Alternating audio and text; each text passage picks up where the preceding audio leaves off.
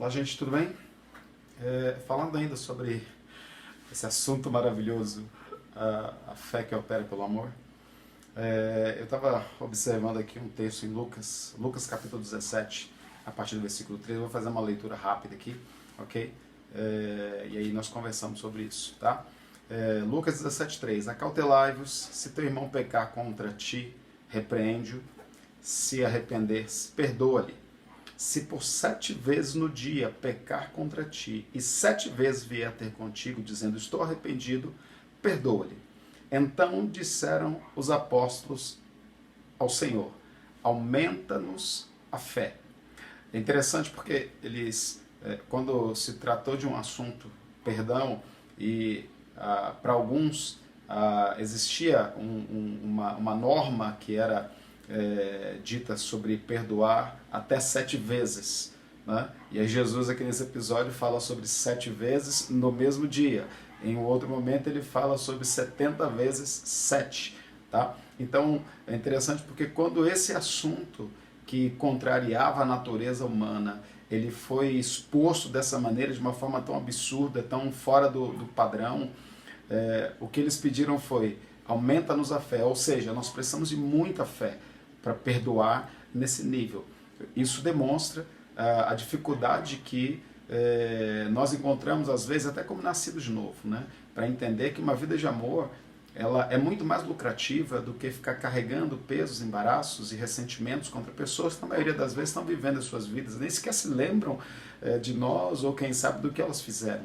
É claro que em todo momento é assim que a coisa funciona, mas o que nós precisamos entender é que sempre vai ser lucro para nós, independente do que a nossa razão está querendo dizer. É por isso que nós não podemos parar com o processo de renovação da mente, porque ele é extremamente importante para uma vida de liberdade, uma vida livre de todos esses pesos e amarras que tentam bloquear e sabotar a nossa vida de fé. E na maioria das vezes isso passa pelo nosso consentimento, porque são informações que chegam.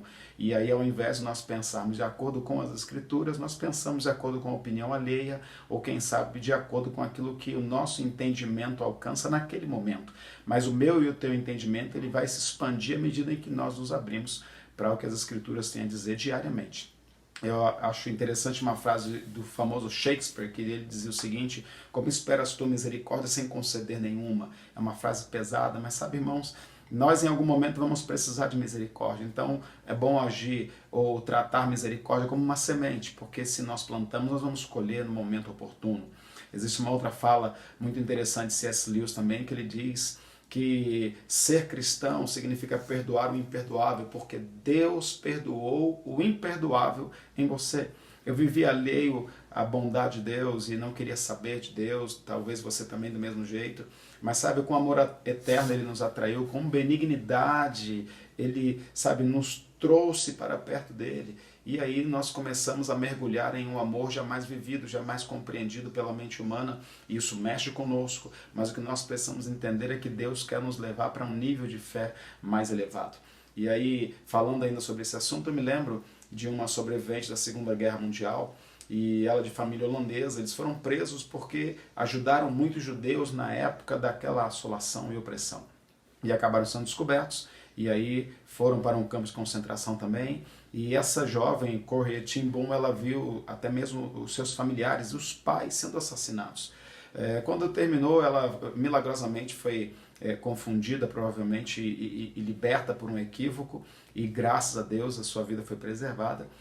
Algum tempo se passou e ela falando dos horrores da guerra, e muitas pessoas perguntavam para ela, como você consegue ser tão gentil, tão doce, tão amorosa, tendo vivido os horrores da guerra, e mais, como você consegue perdoar os assassinos dos seus pais e ainda assim se manter tão doce como você é? E ela contou uma história que ela viveu com o pai dela. Ela disse que o pai a levou para passear durante muitos anos em toda a Europa, e ele comprava as passagens, os bilhetes de trem com antecipação, e ele só entregava o bilhete quando ela estava prestes a embarcar. E ela disse que, trazendo isso à lembrança, ela também entendeu que, assim como o pai fazia com ela, a graça de Deus estaria presente assim que nós estivéssemos prestes a passar ou passando por um momento de adversidade. E ela respondeu exatamente dessa maneira. Da mesma forma que o meu pai me entregava o bilhete somente no momento de embarque, com medo talvez eu perder o bilhete, nós vamos experimentar a graça e o amor de Deus nos guardando nos momentos de mais treva e escuridão da nossa vida. E nós vamos perceber que é possível manter um coração cheio de amor, a cabeça erguida e ainda assim sermos misericordiosos e graciosos. Sabe, gente, essa é uma história entre tantas que nos faz refletir, além daquilo que as Escrituras afirmam para nós, que é possível manter uma vida nesse nível, é possível manter uma fé frutífera, é possível viver de uma forma diferente do que nós estávamos acostumados. E sabe, uma fé que opera pelo amor é uma fé radiante, é uma fé vibrante, é uma fé frutífera, é uma fé de milagres, é uma fé extraordinária. E foi para esse nível de vida que o nosso Pai nos chamou. Então, vamos pensar sobre isso e tomar as decisões que nós precisamos todos os dias. Eu decido viver em amor, independente de como será o meu dia. Eu quero agradar a Deus e se eu tiver que me arrepender 2, 3, 4, 5, 6, 7, 10 vezes no dia, eu estou pronto para isso. Mas eu não abro mão de uma qualidade de vida, espiritualmente falando, que reflita a glória do meu Pai. Então pensa sobre isso e a gente continua conversando em outros momentos. Até mais.